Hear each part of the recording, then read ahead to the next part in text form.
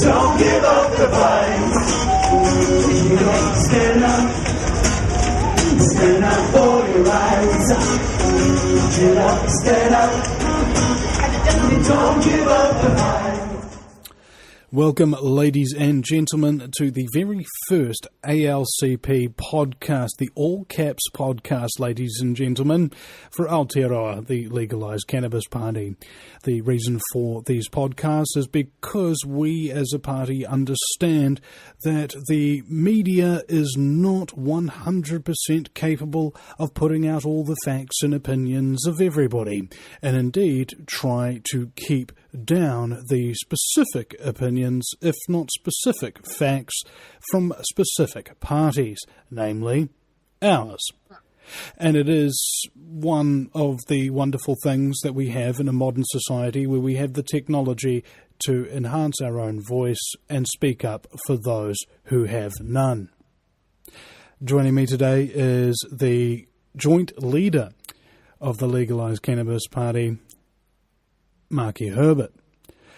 Today, the subject is the Select Committee and the submissions that New Zealanders have been giving to those particular parties. And what's problematic about this particular incident, for those who don't know, the discussion is up for the legalising of medical cannabis. And it is believed by some that the current legislation before the House, basically, it just doesn't go far enough by a country mile, according to many, despite the fact that all of these submissions have been taken in. What's actually being done about it? Maki Herbert. Kia ora, Vinny. Kia ora, everyone. Nice to be back sharing my thoughts today about the Select Committee. I do have serious concerns about all the people that shared the information about their health and how cannabis was making such a huge difference to their lives, and the Green Fairies and all the other political smaller parties or groups that have been advocating for medicinal cannabis. I just wonder, like you said, Vinny, what progress are we really making, and what can we do to actually, as a movement, as people, how can we make progress in advocating for what we really want to do? And that is not necessarily take pharmac medication, but actually look after ourselves through holistic healing.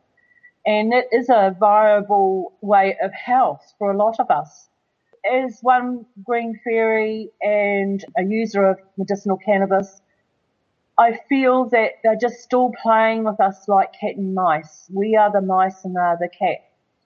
And I just wonder if we could really get together, all us groups, from the bottom of the South Island to at the top of the North Island, come together, do a hikoi, do a symposium, something that is real to us. I believe in the rallies that the Auckland Cancer Patient Group held up until the elections last year. I thought those were really great gathering points for all of us, having to share our experiences.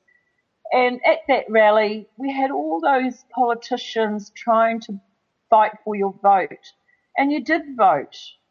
But unfortunately, you didn't really vote that was right for you because of the scaremongering of too scared to vote for us, ALCP. Now, ALCP has been around for 22 years lobbying the government for legalisation of cannabis. Now, we actually have come a long way. There's, so much corridors about it on TV, weekly, monthly now, and we just need to move on. And those politicians that were at that rally, they promised a whole lot of stuff. But how can they promise us when they've got other agendas, other policies? And that is the point of difference of ALCP. We do advocate for medicinal cannabis. We do advocate for law reform regulated market. And we do advocate for the hemp industry. These are all solutions for us to be well, and that's spiritually as well as mentally well and physically well.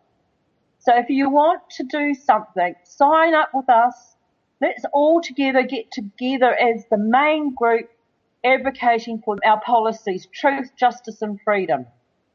You know, we've got to end this so-called war on cannabis. You know, we will save $4 million per year. That's $400 million. Oh, $400 million. Excuse me, I forgot an I or two. But, you know, $400 million a year, what can that do for us as a people? What it does mean is that we can support the hemp industry in getting employment, not just at the ground level, but also in the technical part of the hemp, which is development of hemp products. And, you know, if we had a refinery that we could take our hemp to, and then the refinery will break those things down into those products that everybody wants to use as a byproduct. So there's just endless products that can be made out of hemp. I just recently seen a link on one of my feeds about this hemp housing. They import hemp chips from Europe, and we could be doing that here. It's just mind-boggling how effective and economically wealthy for us. And I mean that by that is that economically wealthy is that it's so affordable. Imagine in the nearest future making your home out of hempcrete and saving yourself so much money and not buying into the propaganda that we are fed every day that pine trees is the future. It's not. Pine trees are not the future. That's the biggest mistake that Shane Jones has made and our government has made, is endorsing the pine forestry. Hemp forestry has got to be the best option, the best solution, not just as humans, but as also for Papatūānuku, the Earth Mother. We are destroying it. You know, we already see on TV the destruction that plastic is making to us, to our environment. We have to make a change. This is it. This is our solution. You know, environmentally, as humans, our health, living in healthy homes, not costing us a fortune to heat. I mean, my goodness, you know, I'm just so behind the hemp industry. I feel like that I'm in love with the hemp industry. If anything went wrong, it will break my heart because it is the solution. So I hope that my passion is coming through to you to really stand up and be counted. And we need to do this soon, sooner than later. And do we believe in the referendum is another question. Is that really going to happen? Or are they just going to, is that the carrot that they're dangling in front of us? Do we wait for them to dangle the carrot? Let's just make the movement work. So in the words of Bob Marley, get up, stand up. It seems a lot of people are not actually aware of the long history in this case. And in so doing, they think of things in an isolated context. They see a cannabis activist, they think stoner who needs to get a job. When in actual fact, when you look at a cannabis activist, you're looking at decades of research and experience into one of the most potentially profitable industries of the 21st century due to the revitalization of this product. When you see that, quote-unquote, stoner who needs to get a job, what you're actually looking at is one of the future entrepreneurs that will revitalize the health, industrial, and housing problems that we seem to be all up in a fuss over. 30 years ago, there was nowhere near as much homelessness as there is now, or rather the opposite way round. Way more people were homeless back then. Way more people were sick back then. Way more people had a lot worse problems back then than we do today. And the one thing that we are not told in the news is that in actuality, we are making progress. Life is easier today than it once was. We are making progress. People are living longer. They're living with less stress. There are a lot of positive things that are going on in society. And so there aren't really a lot of things for you, ladies and gentlemen, to be afraid of. And what they don't want to do is have a good crisis go to waste. So when we are looking at information about cannabis and we see, for instance, an article I saw not too long ago about police busting a whole bunch of people down in Balclutha or something like that, and they had all the cannabis out on the table, I see something completely different on that table to what they think it is. They think it's a dangerous drug. They use the word dangerous to qualify this. If something needs to be a danger, it actually has to be a danger. If it has not killed anybody in 10,000 years, it's not dangerous. It is a lie. And I think that the problem is that a lot of people have heard the lies thousands upon thousands of times repeated to them over their lives, and only every now and again do they hear the truth. Perhaps the next time you hear the truth, it'll tip you over the edge, and you will then accept it, that there is nothing wrong with cannabis. What is wrong is the way that we are treating people who use cannabis to heal themselves, to relax. You people are healing yourself and relaxing. Well, we can't have that. You're growing it yourself. You're not giving us a cut. Well, we can't have that. What are people worried about? There is nothing to worry about, because it's been used in human culture for 10,000 years without incident. The only time when cannabis really became a problem is when it became illegal, and drug cartels, organized crime, people who bribe police and use the black market to get dirty deals done. That is now the problem with cannabis, but that is not caused by the cannabis. It is caused by the law. And it's not something you can argue out of. That is a fact. And as Ayn Rand once said, you can ignore reality, but you cannot ignore the consequences of ignoring reality. Pono. With the Auckland Patients Group, New Zealand hemp farmers, and things of this nature, it becomes incumbent to sort of put aside certain things every now and again when you go, there's actually a larger common cause, and there's actually a bigger common enemy here than we initially thought. And perhaps a lot of the times when we've seen movements come up to great avail, they don't seem to accomplish much as people are divided and conquered in between them, and infighting sets in. This is not a time for infighting or division or conquering. This is a time for togetherness. It's a time for love, for lack of a better word.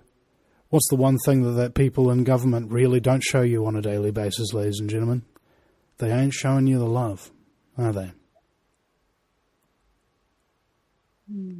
Sure, Vinny.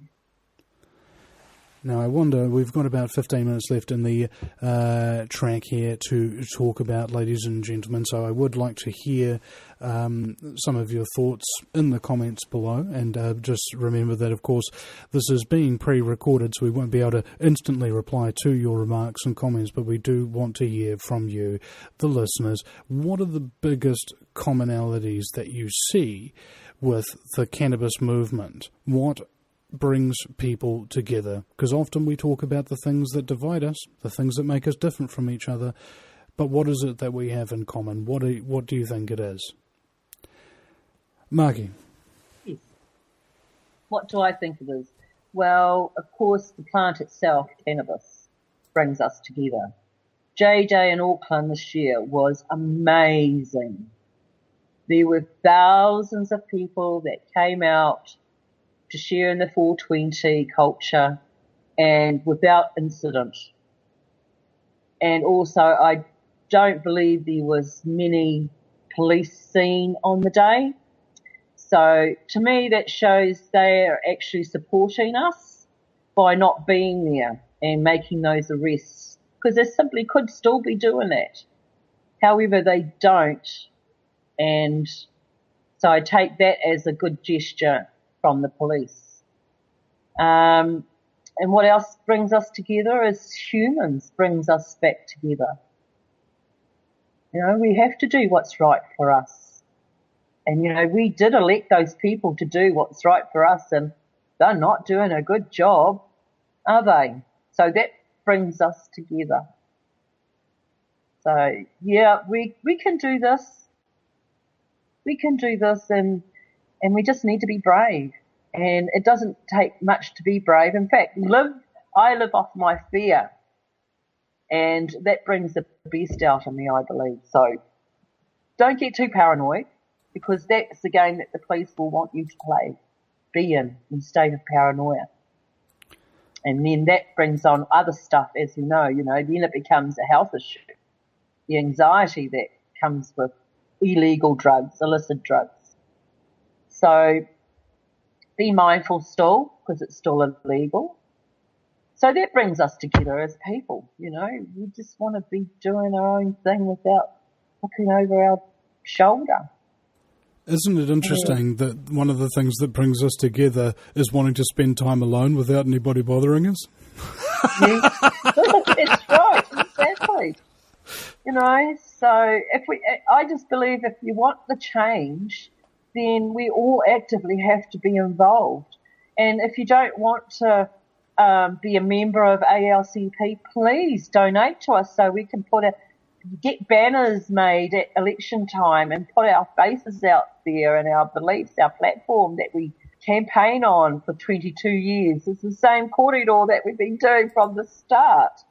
It hasn't changed, except for now that we've actually got the conversation on the table in Parliament and had the select committee. And that's brought us together, you know, so we can do it. Look at all the positives about it. You know, what we see in the media is propaganda, it's fear-mongering, it's making us mentally unwell with the anxiety of it all. And it is it's such a beautiful plant, and why it's been demonised. Well, we know why it's been demonised. It's the dollar, isn't it? They just want total control. Whoever the authorities are, they want control. So, and they can have control to a certain point. They don't have to have total control. Goodness me, you know, I mean, none of us have died from it. And that's a point too, isn't it? And that brings us together.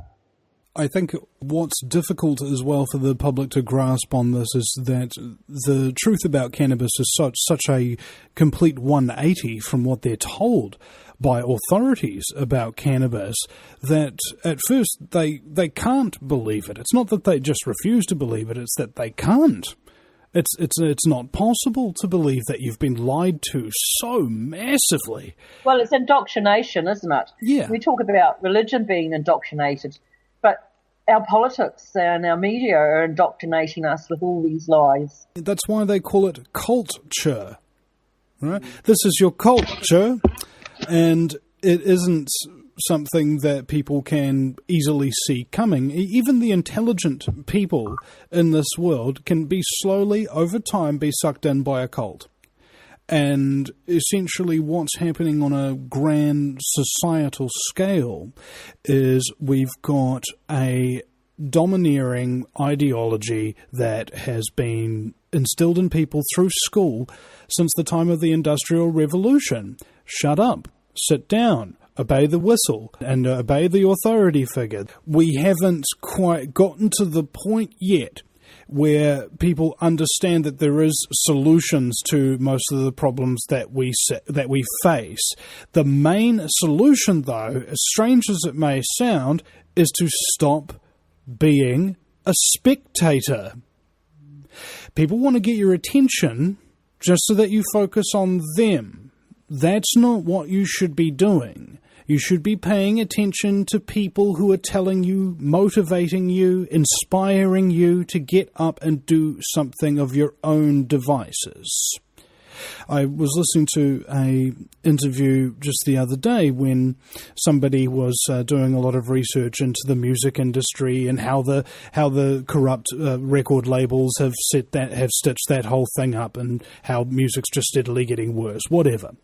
Somebody sent him a request asking him, "Hey, can you study this band then? Can you study that band then?"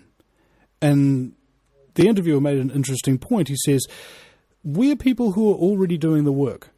Maybe the somebody that could be doing something about this is you. Maybe it always has been. Maybe because you just had that idea that, hey, this is wrong. Somebody should do something about it. Apparently, that somebody is always you, whether or not you choose to accept it. So if you see something wrong in society, ladies and gentlemen, you have a moral obligation to change it by any means that are at your disposal. It's as simple as saying a word or two to somebody else. It's as simple as not doing nothing." Exactly that, Vinny. It's so easy for us to just not do anything and still have an opinion and sometimes voice it too. You know, to me, everybody's entitled to their opinion, but when it's at the detriment of other people, are you right in doing that? Are you causing harm to society by saying nothing? Right? Yeah. Because ultimately, part of the suffering that is going through society, even though it's, technically less than it was back in the day, is still around because people haven't come around to that truth yet, that truth inside themselves. Hey, I've got to do something. But, horses for courses, Yes. Everybody's different. Some people can tolerate a hell of a lot of lies for a very, very long time, and some people can't tolerate one lie even once. That's true. That's true. In my eyes, if you don't educate yourself somehow, it's so easy just to tap into Cannabis and you'll find something of interest. Whether, it's the start of opening up your eyes to other ideas and thoughts, not necessarily just believing in what you've been brought up with. I've come from a family of no drugs necessarily. Cannabis wasn't in my upbringing, but as soon as I left home, it became part of me up until now. So it's a world of discovery. And I know through being a green fairy that once you have run out of solutions to help you, who are you calling? You're calling the green fairy. So be careful what you say, because you never know when you might need us.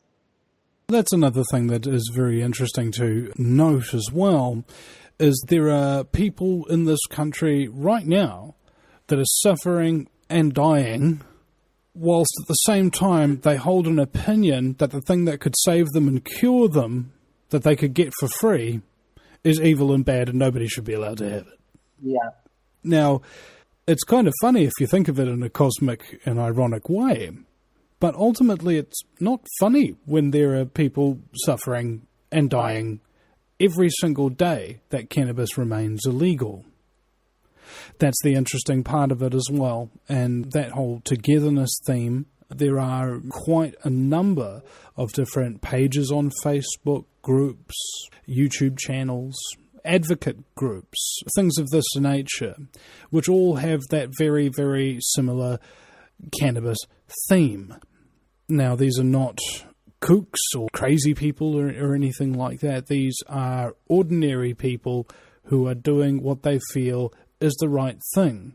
And it's not just because they feel like it's the right thing, it's because they've done their research and they know that cannabis is good for them.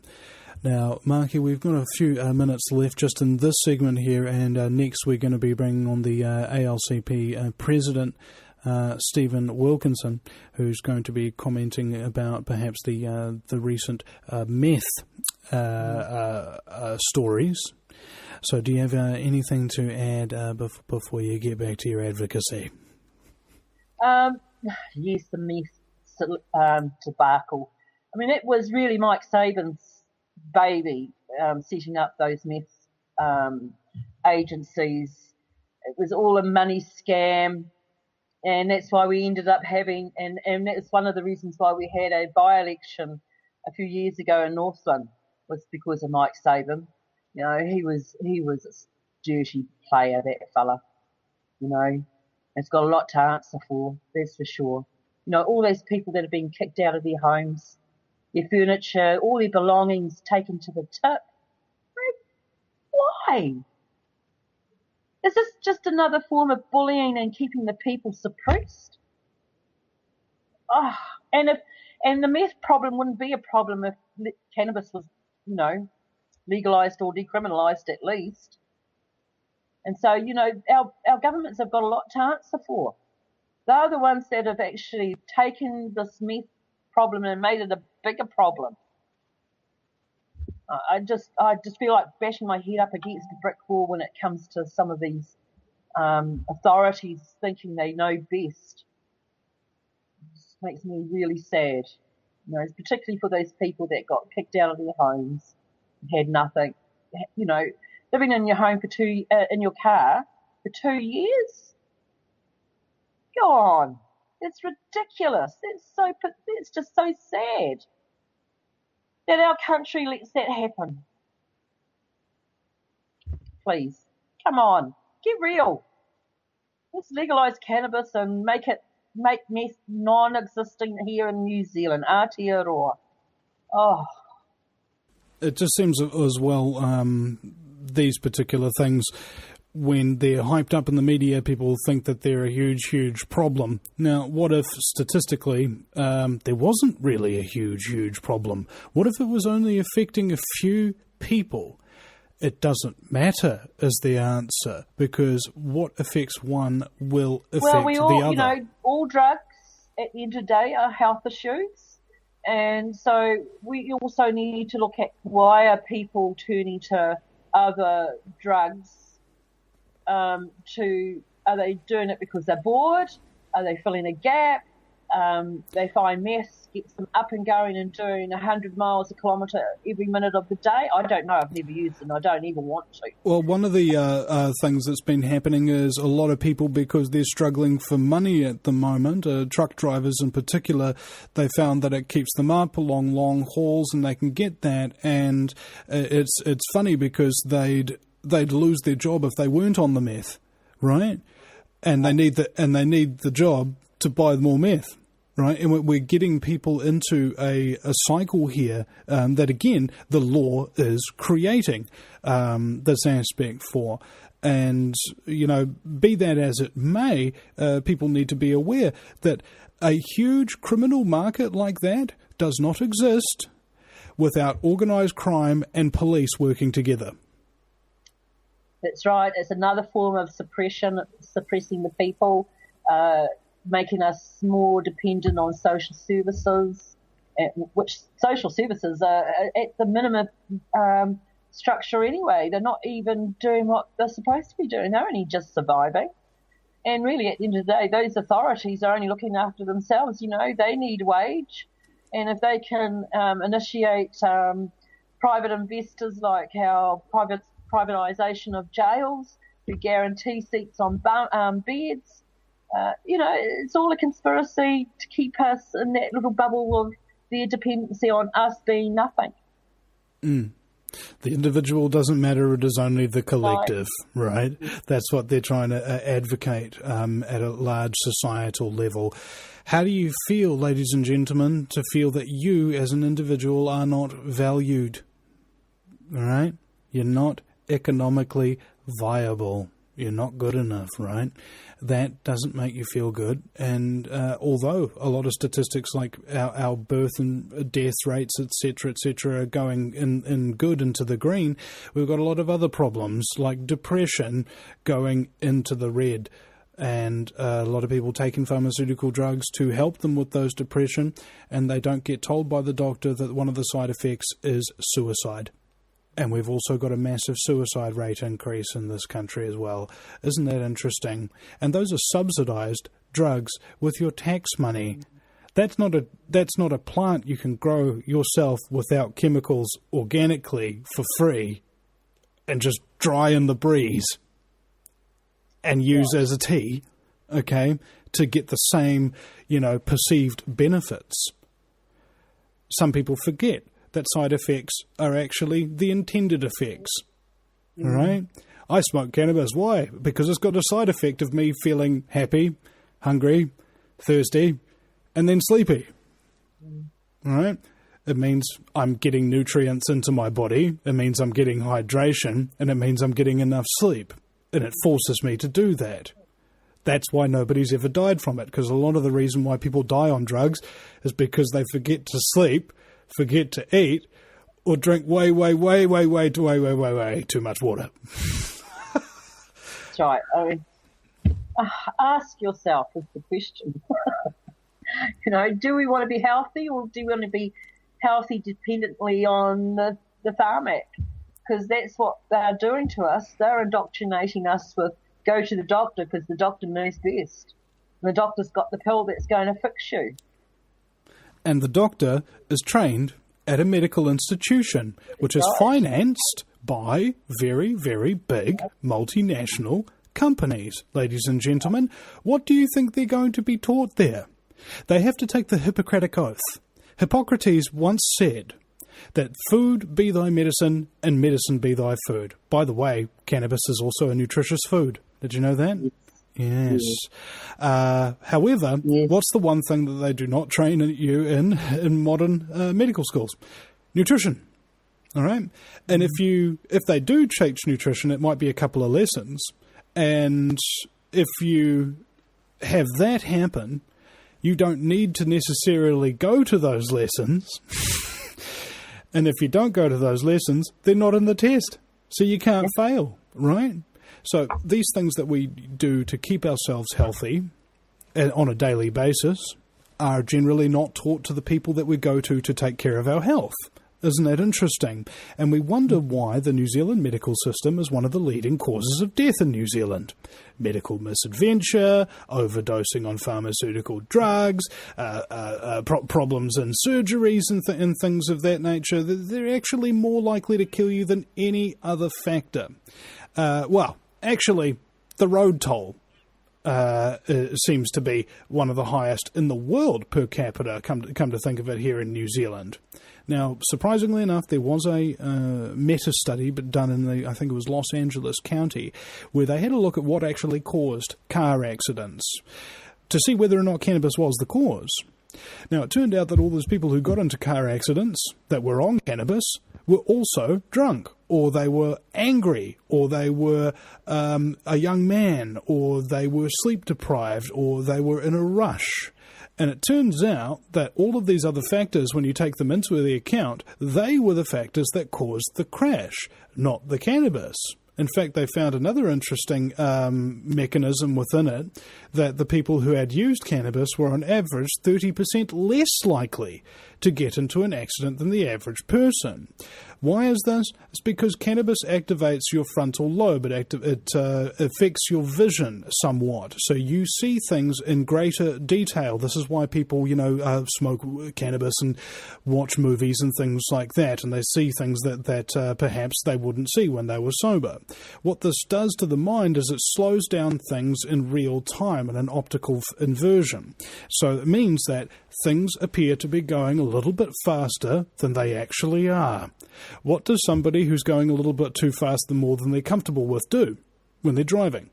They slow down, right? And speed is proven to be one of the biggest factors in accidents, right?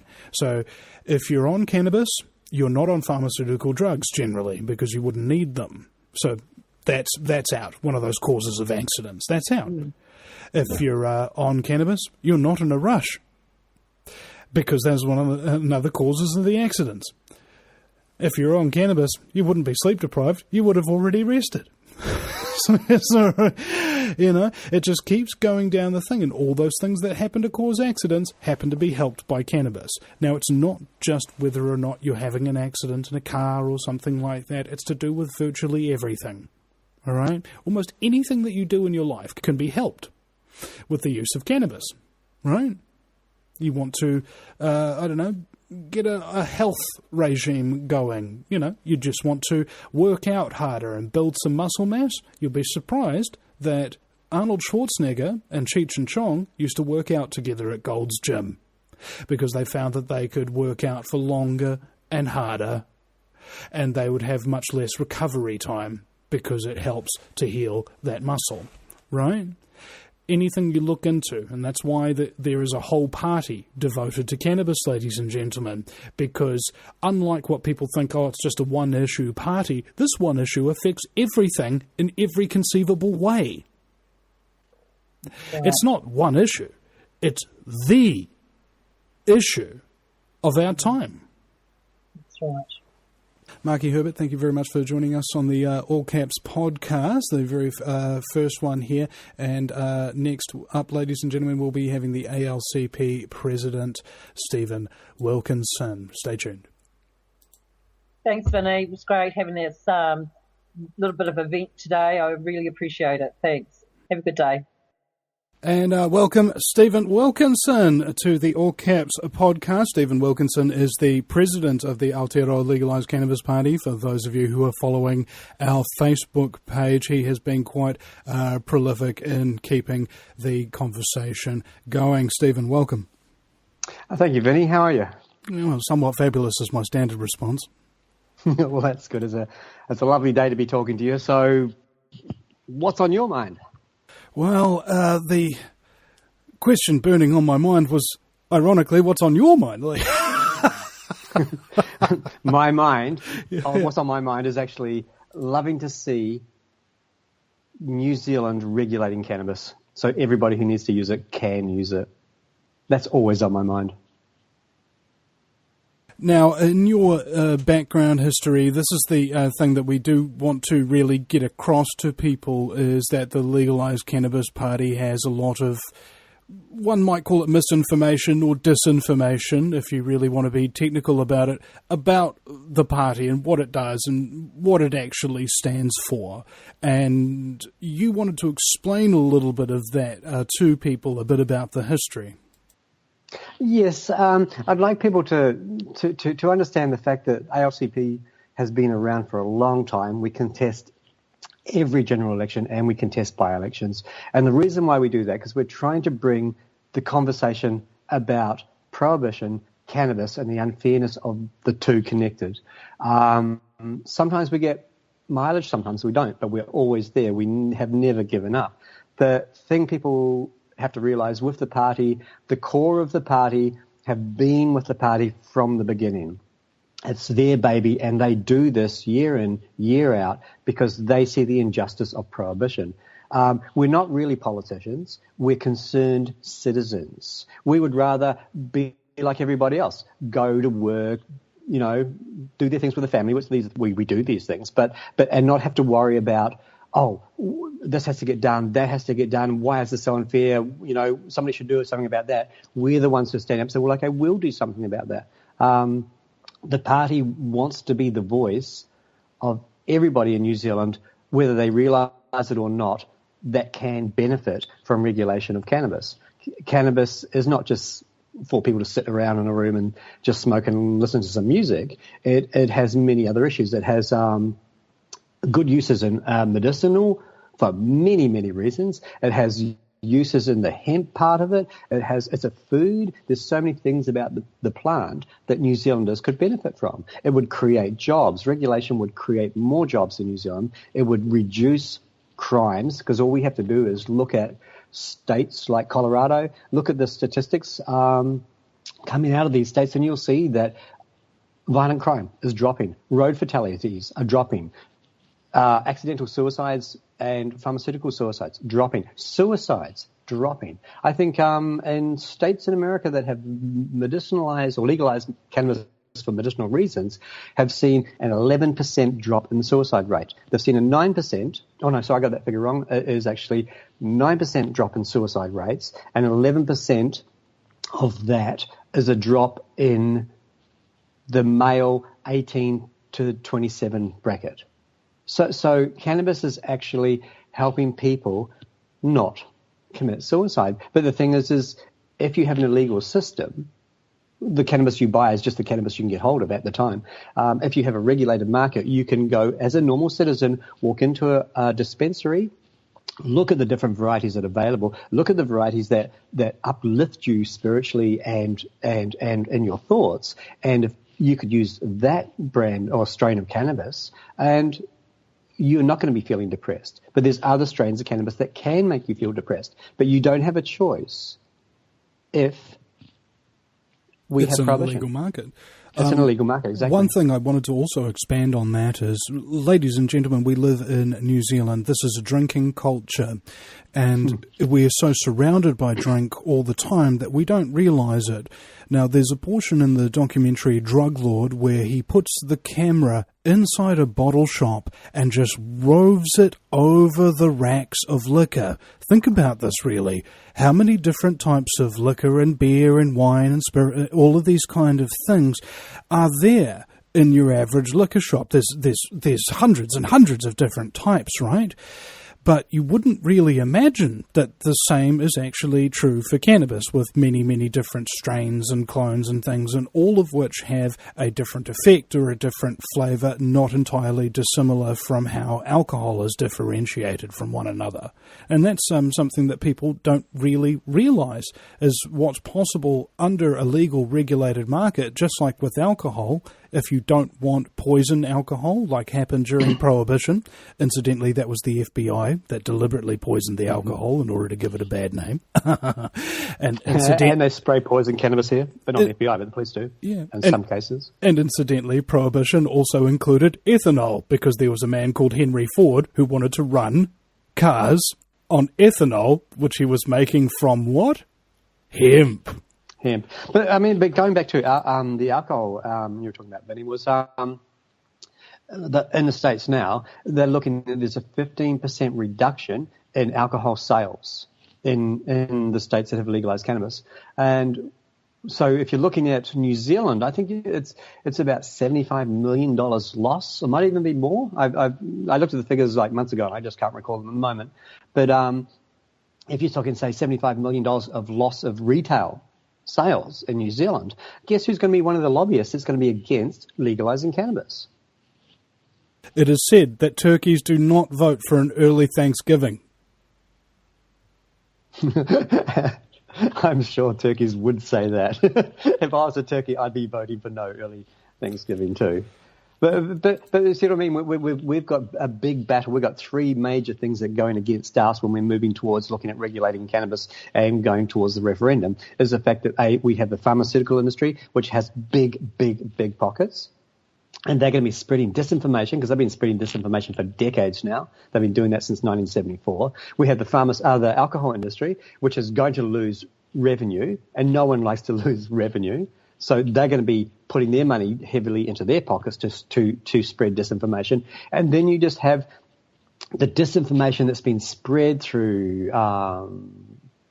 the media, movies, everything, the atypical, I'm a stoner sort of person. So we don't want that, everyone like that walking around our town. So we won't want to see cannabis legalized, because we don't want all these Sean Penns walking around banging into lampposts. So we've got decades of disinformation that people have grown up through their lives, especially the ones who've never tried cannabis, and that's what they believe that's what cannabis is. And it's an uphill battle that we have. And I think our job, as anybody out there who smokes cannabis, you have to look at that. Our job, not ALCPs, but everybody who smokes cannabis, is to try and talk to people they know in their family who don't smoke cannabis, and try to get them to understand the reality of cannabis. And then hopefully when we have our referendum, we will see a landslide vote for yes, regulate. Now, that's what I want to see. I'd like to add something onto that, is when people say, I'm obliged to wake people up or talk down and that kind of thing, explain this to people. People feel trepidatious about it. Much like when somebody's got a hero complex, they want to save the world, they realise that they need to actually start small. Don't save the world, just save one person. One person, exactly. And that's what I'm saying. You don't have to stand on a soapbox at the end of the street and go, hey, everybody, you should smoke pot. It's good. It's not bad. You need to talk to the people who know. You need to talk to the people who have some respect or have some care and love for you. And if they don't know the truth, it's probably a nice thing for you to do to explain the truth. And you can do it in a nice way. And like for me, I live in a small community. I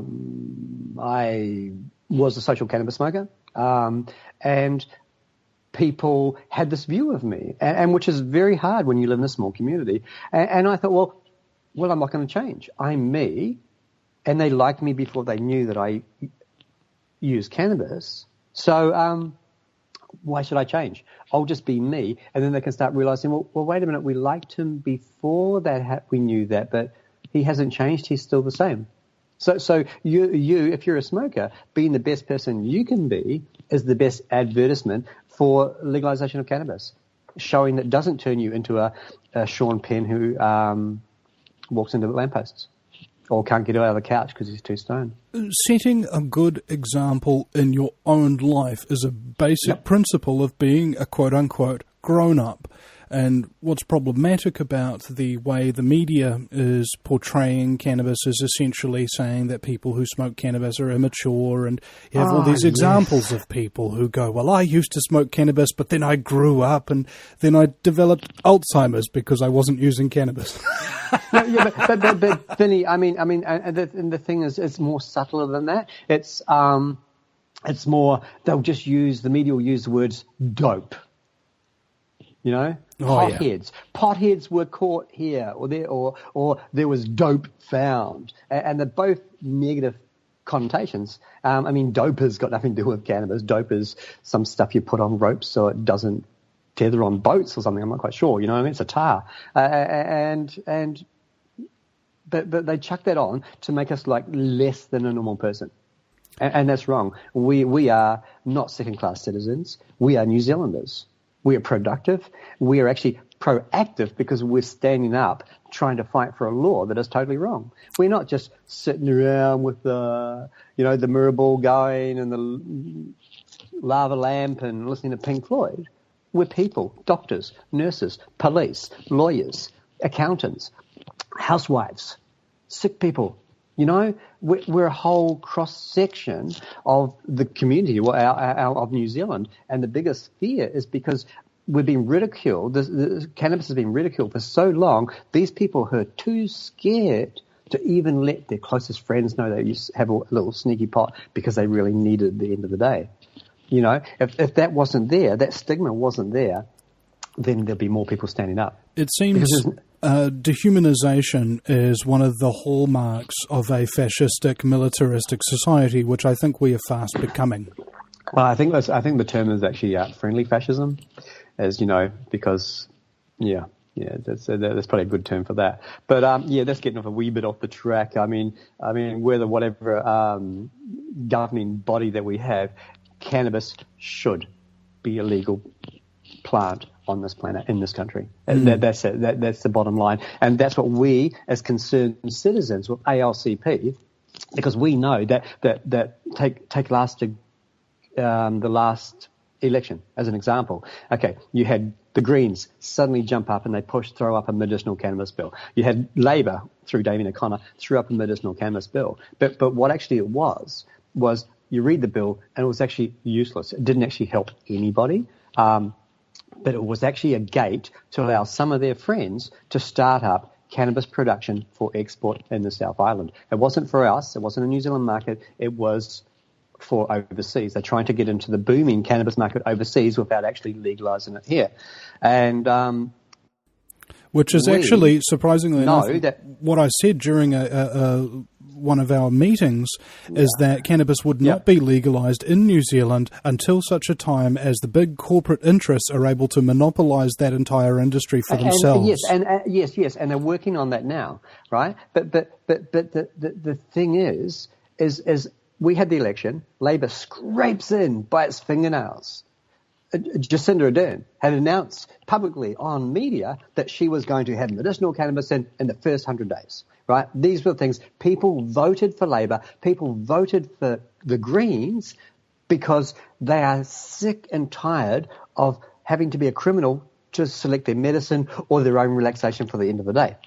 So what people have to start to understand is that at the next election, that they should look at seeing ALCP as an insurance policy to put a representation of ALCP in Parliament for the sole purpose to make sure that if the referendum comes through as a yes and the government does nothing about it, that the people have a representation in Parliament to fight from the inside. Because we have no other interest in Parliament except changing one unjust bill. That's what our goal is. And that's the one thing we will not give up, and that's the one thing we will not be sidetracked. I mean, look at the Greens. They used, when they first got into power, they used the youth vote and the cannabis vote, which was connected, to get in. And the first thing they did was they got distracted, and they've never gone back to cannabis except this election, and with a useless medicinal bill, which was identical, I tell you, identical to Damien O'Connor's bill, except they had one different clause, and that was to allow the patient to grow their own plant or nominate for someone. That was the only difference between the two bills. So it was just ridiculous. It was just wallpaper. It was a trick to get in because unfortunately politicians, doesn't matter the good ones or the bad ones, they will lie to you. They will do whatever they can to get your vote to stay in power or to get in power. Once they're in the game, then you don't matter anymore because they're in the game, they're playing the game. Which is ideally why you want activists who have proven public track records of self-sacrifice for the good of others to be your leadership. No. We as a party have one objective here, and that is to get cannabis regulated.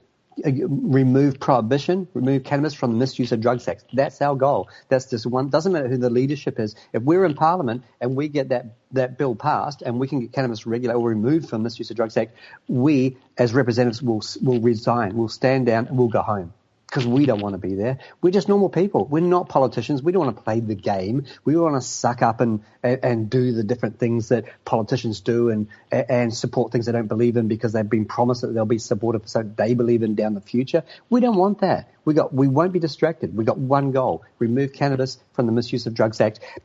Marijuana activists, we've got Normal in New Zealand, we've got other groups. Their job is to get out in the streets now and be making this public. Our job as a political party, we're playing in the political realm, our job is to get the people to back us, to put us in Parliament, not as to be the leading party, but two representatives in there to fight for cannabis on the inside, to cause trouble until it changes. That's what we're here for. That's it. I was wondering about a confidence and supply agreement and what it might look like. No, why? We'd say no. We'd say, we're not going to give you confidence supply. We're here for one thing. You want to get rid of us, change the law now, and we'll go home, and you can play your game. We don't care. We're not interested in politics. I mean, Vinny, you know people from ALCP. How many of them you see sit down talking about the economy or this or that or that? Because they're not politicians, they're concerned citizens, they've been doing it for decades. They want to see one thing. They want to be able to grow some cannabis in their backyard and not feel like a criminal. If it's going to be stolen by some kids down in the neighbourhood, they can just ring the police up and get the police to go sort that shit out. You know, they're just normal people. We're not interested in the other things because it's a quagmire. Politics is a quagmire. And what we want to do is get in there, not get quagmire shit on us, but have one goal, be focused one thing, and get it done, go home. Well, what the point I was actually trying to make is just imagine theoretically what somebody would try and be negotiating with the party with. We're a party they can't negotiate with. But if they need our votes in order to have a coalition agreement or deal or something like that, we have one condition, but one condition. One condition only. And if you don't, and it doesn't get watered down, it's not a watered-down condition. Oh, yeah, no, okay, yes, we'll legalise cannabis, but only really sick people can smoke it for maybe the first 5 years. We'll see how that goes. You know, I mean, no, we got one condition with no watering down. Remove cannabis from the Misuse of Drugs Act, which was written in 1975, for God's sake. So basically what you've got people from 1975, the old farts, as you would say, they were politicians, didn't want the young, cool, hippie people smoking the pot, so they made it illegal in New Zealand in 1975. So now you've got these young, cool, hippies smoking pot people from those eras, now politicians still keeping the law. It's got to go.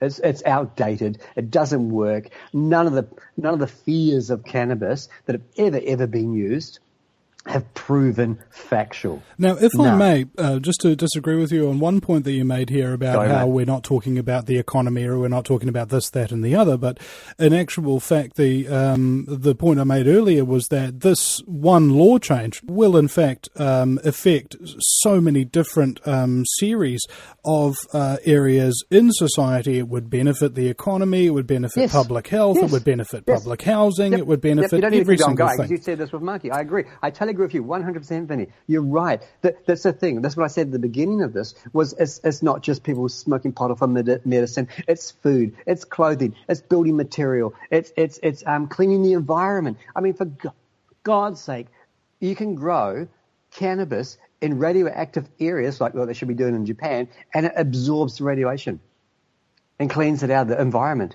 You know, yes, you're right.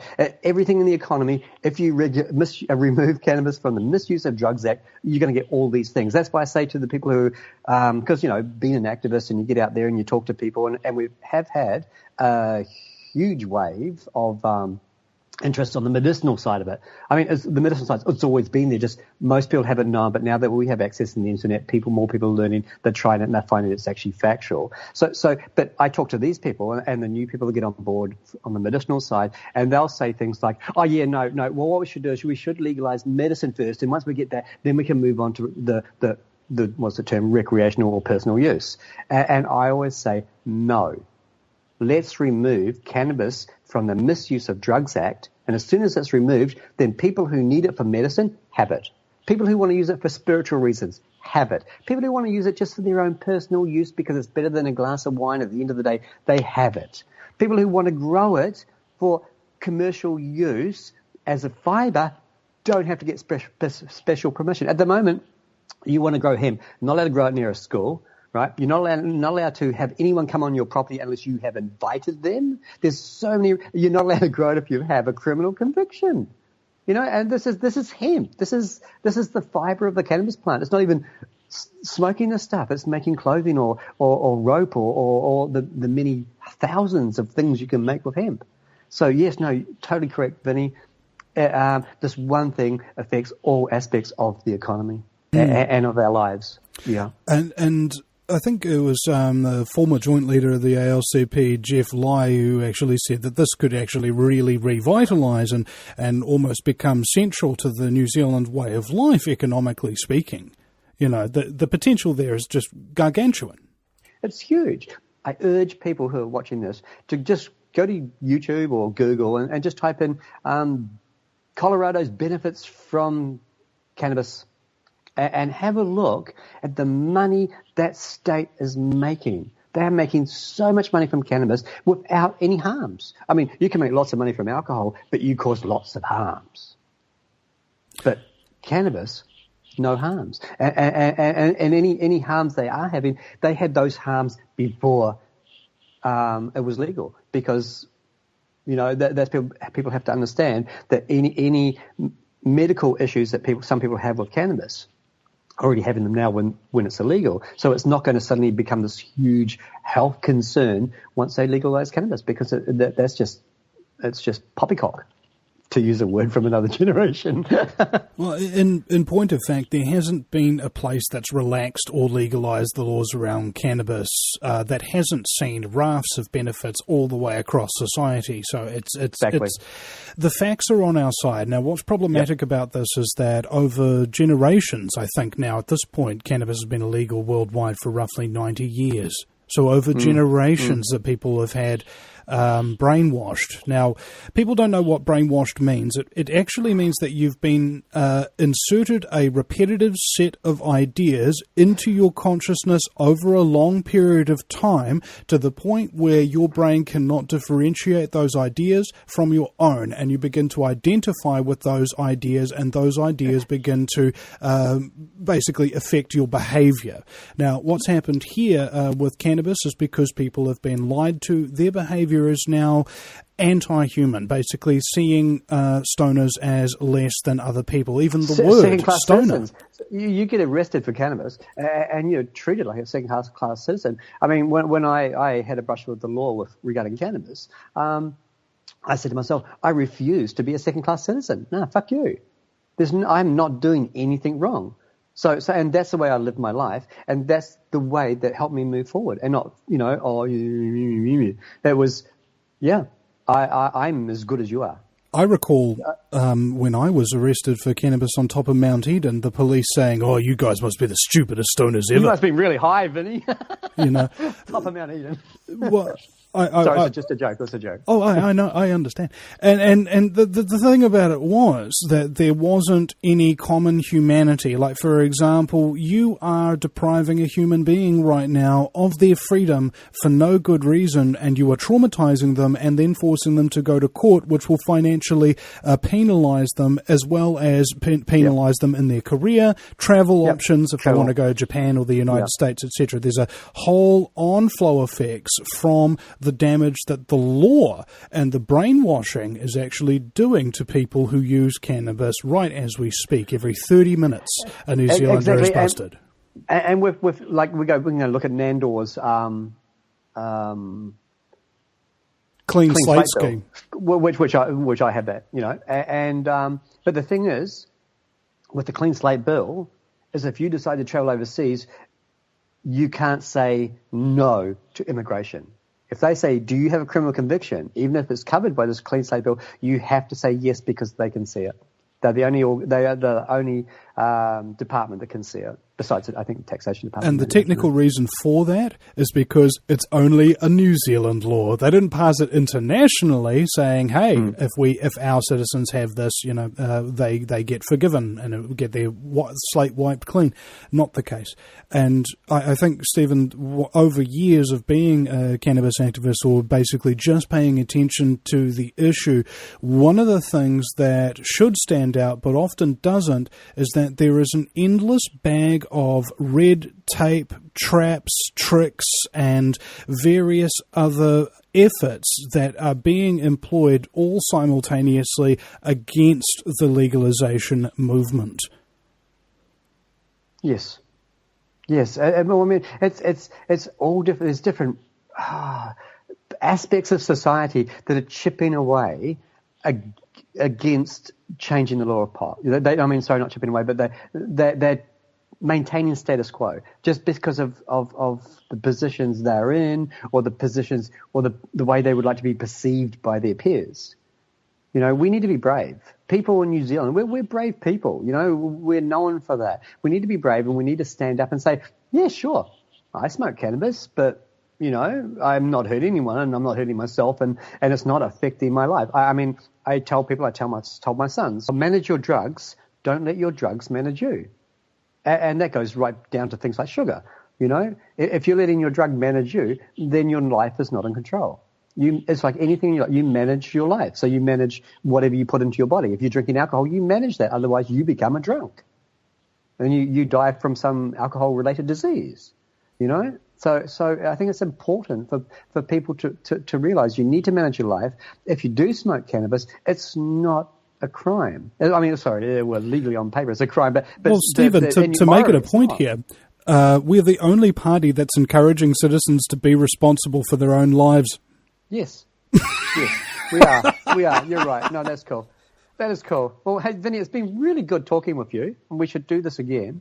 Oh, we will next week. So, ladies and gentlemen, bear in mind that the ALLCAPS podcast, that's the ALCP podcast here, will be running every week. So we're going to be keeping you up to date, tell you things that you didn't know about cannabis, and also keep you up to date with the news around the country as we are leading towards that referendum, and as we are leading towards that 2020 election. So if you would like to support the party, there is a support page on alcp.org.nz. That's alcp.org.nz, and we are now accepting PayPal. We have a new YouTube chanoel, and of course Aotearoa LCP on Facebook. That's facebook.com/Aotearoa LCP. We are looking for members. We are looking for financial support so that we can enter this fight with the proper munitions, ladies and gentlemen. Because we are the people's voice. Yeah. We are your voice, people. That's we are. We're your insurance policy. And all insurance policies cost a bit of money, so it'd be nice you know that once this insurance policy does a job, then your life is just going to be so much easier, so much sweeter. Thanks for listening, guys. And unlike insurance policies, the ALCP will not expire until it's actually paid you out, ladies and gentlemen. You got it. You got it. All right, thank you very much, folks, and we'll see you again sometime.